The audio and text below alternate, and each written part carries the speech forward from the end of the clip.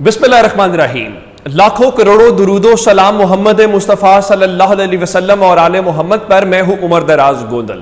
اس وقت لوگ ایک ہی سوال پوچھ رہے ہیں کہ عمران خان کب تک رہا ہو جائیں گے, عمران خان کب تک واپس آ جائیں گے اور عمران خان جلد سے جلوس اور معمول کی زندگی گزار سکیں گے. یہ وہ سوال ہے جو ٹویٹر کے اوپر, فیس بک کے اوپر, ہر جگہ, یا میں کسی محفل میں جاتا ہوں, کسی سے ملاقات ہوتی ہے تو اس حوالے سے تو میں آپ کے لیے اس سلسلے میں خبر لے کے آیا ہوں کہ عمران خان کی رہائی کی خوشخبری تیار ہو گئی. کاؤنٹ ڈاؤن شروع ہو گیا ہے. اب آپ کہیں گے کیسے؟ میں نے آپ کو بتایا تھا کہ اس مرحلے کے اندر پہلے لیول کے اوپر چونکہ رجوع بنتا ہے اسلام آباد ہائی کورٹ کے ساتھ, تو اسلام آباد ہائی کورٹ میں آج ہوا کیا کہ پاکستان تحریک انصاف کی جانب سے ایک درخواست دائر کی گئی اور انہوں نے کہا کہ, اور میں آپ کو اس درخواست سے پہلے آپ کو ایک اور چیز بتانا چاہتا ہوں. پاکستان میں ایک بڑا سیٹ پریسیڈنٹ ہے. پریسیڈنٹ سے مراد عدالتی فیصلے ماضی کے, جو ماضی کی عدالتی نظیریں ہوتی ہیں, کہ کسی شخص کو اگر 3 سال سزا ہو تو اس کی سزا معطل کر کے اس کی اپیل سنی جاتی ہے. اس میں کوئی ایسی بات نہیں ہے, اور عمران خان کا کیس بھی اسی صورت میں آتا ہے.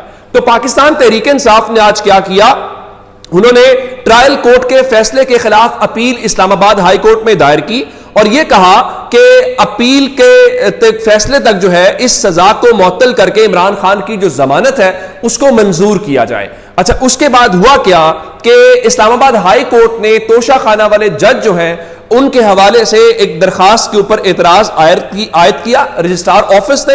انہوں نے کہا جی الیکشن ایکٹ میں اپیل کے ساتھ سزا معطلی دائر کرنے کا تصور نہیں ہے, اور ہائی کورٹ جو ڈائری برانچ ہے اس نے اعتراض عائد کیا. اب جو جج صاحب ہے نا, ہمایوں دلاور صاحب, جنہوں نے یہ فیصلہ سنایا ہے, ان کے اس فیصلے کے حوالے سے جو اگلی صورتحال ہے وہ بھی میں آپ کو بتاتا ہوں. جب یہ اعتراض ہوا تو اس اعتراض کے بعد اب اچھی خبر یہ ہے کہ اس اعتراض کو ختم کر دیا گیا ہے, اور اب باقاعدہ طور پہ پاکستان تحریک انصاف کی جو اپیل ہے وہ اسلام آباد ہائی کورٹ کے اندر دائر کر دی گئی ہے, اور اس کو 273 نمبر بھی الاٹ کر دیا گیا ہے. اور اس حوالے سے بتایا گیا تھا کہ کل سماعت کے لیے مقرر کرنے کا, تو کل دن 11 بجے اس کو سماعت کے لیے مقرر کرنے کا اسلام آباد ہائی کورٹ کی جانب سے اس سے خبر آ رہی ہے کہ اس کو مقرر کل کیا گیا ہے. اس حوالے سے تھوڑی سی کنفیوژن ابھی موجود ہے کہ 11 بجے کیا گیا یا نہیں کیا گیا, لیکن ثاقب بشیر صاحب یہ کہتے ہیں کہ چیئرمین پی ٹی آئی کی جانب سے کل اپیل سماعت کے لیے مقرر ہونے کا امکان ہے. تو یہ آج تھوڑی دیر تک, یہ شام تک کلیئر ہو جائے گا کہ کل اگر سماعت کے لیے مقرر کیا ہے تو کتنے بجے کیا ہے. یہ تھوڑا سا ہم اس کو ہولڈ آن کر لیتے ہیں. یہ ایک بہت بڑی خبر ہے جو پاکستان تحریک انصاف کے لیے سچویشن بدل سکتی ہے. اچھا, عمر سعید صاحب ہیں, یہ جی این این کے جرنلسٹ ہیں, ذرا اندازہ لگائیے کہ یہ فیصلہ کتنا مضبوط ہے اور کتنا امکان ہے کہ عمران خان کی سزا جو ہے وہ کل ہی معطل ہو جائے گی. تو میں آپ کو اس حوالے سے بتانا یہ چاہتا ہوں کہ عمر سعید صاحب جو جی این این کے رپورٹر ہیں وہ لکھتے ہیں, سنا ہے فیصلہ دینے والا جج اب شدید ڈپریشن اور بے چینی کا شکار ہے, رات کو نیند کی گولیاں لے کر سوتا ہے.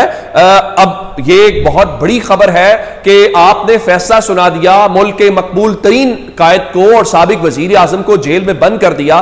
آپ کو لندن کی فلائٹ تو مل گئی, اور فلائٹ جو ہے وہ اس حوالے سے آپ وہاں پہ چلے بھی گئے ہیں, لیکن ظاہر ہے کہ آپ نے ملک کے مستقبل کو اور ملک کے موجودہ اس نظام کو اس حوالے سے سٹیک کے اوپر لگا دیا ہے. تو اگر ایسی کوئی کیفیت ہے تو میرے خیال سے کوئی غیر معمولی یا ان ایکسپیکٹڈ نہیں ہے میری نظر میں, لیکن رائٹ نو سچویشن یہ ہے کہ وہاں پہ اس حوالے سے ہو گیا. اچھا, ایک بات تو یہ ہے, اور دوسرے نمبر کے اوپر چل کے جو جسٹس عامر فاروق صاحب نے فیصلہ کیا تھا اس فیصلے کو پاکستان تحریک انصاف نے سپریم کورٹ میں بھی چیلنج کر دیا ہے. فیصلہ کیا تھا؟ فیصلہ یہ تھا کہ جج عامر فاروق صاحب نے بڑی مہارت کے ساتھ جو دائرہ اختیار والا معاملہ تھا وہ تیسری بار اسی جج کو بھیجا. جسٹس عامر فاروق صاحب کا کردار جو ہے اس کے اوپر سوالات بہت زیادہ ہیں. لوگ ان کے, میں تو ایک بات بار بار کہتا ہوں کہ جسٹس عامر فاروق کی جو جورسپروڈنس ہے, جو ان کے فیصلے ہیں, وہ قانون کے طالب علموں کو زبردستی اور سزا کے طور پہ پڑھائے جانے چاہیے. یعنی اندازہ یہ کیجئے کہ انہوں نے ایک طرف یہ کہا کہ جو حق سماعت ختم کیا گیا عمران خان کا اس کے اوپر وہ اگلے ہفتے کریں گے, ساتھ ہی جج کو کہتے ہیں آپ اگلے دن جو ہے حتمی دلائل بھی لے لیں اور آپ اس کا فیصلہ بھی کر دیں. تو وہ جو دائرہ اختیار والا انہوں نے فیصلہ دیا تھا جس میں جج ہمایوں دلاور کو کہا کہ آپ تیسری بار فیصلہ کرو, وہ جج جو 2 بار اپنا مائنڈ ظاہر کر چکا تھا اور پھر حق سماعت کا فیصلہ 10 اگست کو کرنا ہے جج صاحب نے، جج عامر فاروق صاحب نے، تو اس کیس کو سپریم کورٹ میں چیلنج کیا گیا اور توشہ خانہ کی اس حوالے سے پاکستان تحریک انصاف کی جو درخواست یا پیٹیشن ہے وہ سپریم کورٹ کے اندر بھی سماعت کے لیے مقرر کر دی ہے، اور رجسٹرار آفس نے توشہ خانہ کیس کے دائرہ اختیار کے خلاف اپیل کو جو نمبر ہے وہ 921 اور 22 جو ہے وہ الاٹ کر دیا ہے۔ انہوں نے یہ چیلنج کیا تھا کہ انہوں نے ٹرائل کورٹ کو بھیجنے کے جو فیصلہ ہے وہ درست فیصلہ نہیں کیا۔ یہاں پہ دائرہ اختیار ہو، اس کے بعد حق سماعت ہو، سارا کچھ جو ہے کیس مکمل طور پہ فلاپ ہے، اس کیس میں جان نہیں ہے۔ کل اگر اس کو سماعت کے لیے اسلام آباد ہائی کورٹ مقرر کرتی ہے تو غالب امکان یہ ہے کہ کل ان کو اس کو جو ہے وہ سزا کو معطل کر کے وہ باقی جو فریقین ہے، الیکشن کمیشن ہے یا جو گواہان ہیں، ان کو نوٹس جاری کر سکتے ہیں، یا پھر اب جسٹس عامر فاروق صاحب کے اوپر ہے کہ وہ اس کیس کو کتنی جلدی دیکھیں نا۔ جس طرح سے آپ نے لوور کورٹ کے اندر روزانہ کی بنیاد کے اوپر آپ نے کہا اور آپ نے خود فرمایا کہ روزانہ کی بنیاد کے اوپر جو کیس ہے اس کی ہیئرنگ غیر جانبداری ظاہر کرتی ہے، تو اس کا مطلب ہے جسٹس عامر فاروق صاحب جن کے اوپر عمران خان نے عدم اعتماد کا اظہار کیا اور کل ڈویژنل بینچ اس کیس کو سنے گا، تو ان کو چاہیے کہ اب روزانہ کی بنیاد کے اوپر ہی اس کیس کا فیصلہ کریں، جس سے اندازہ ہوگا اور بینچ کی کمپوزیشن بھی بتائے گی کہ عدالت کس طرف چیزوں کو لے کے جائے گی۔ پہلی خبر تو ہو گئی یہ جو میں نے آپ کو بتایا۔ اچھا، پھر میں آپ کو ایک خفیہ ایجنسیوں اور سروے کے متعلق بتانا چاہتا ہوں، چونکہ آج آخری دن ہے، کل قومی اسمبلی تحلیل ہو جائے گی اور قومی اسمبلی تحلیل کے بعد ان کے ساتھ کیا ہونا ہے وہ حویلیاں اور متھرا کے اندر لوگوں نے بتا دیا۔ اب یہ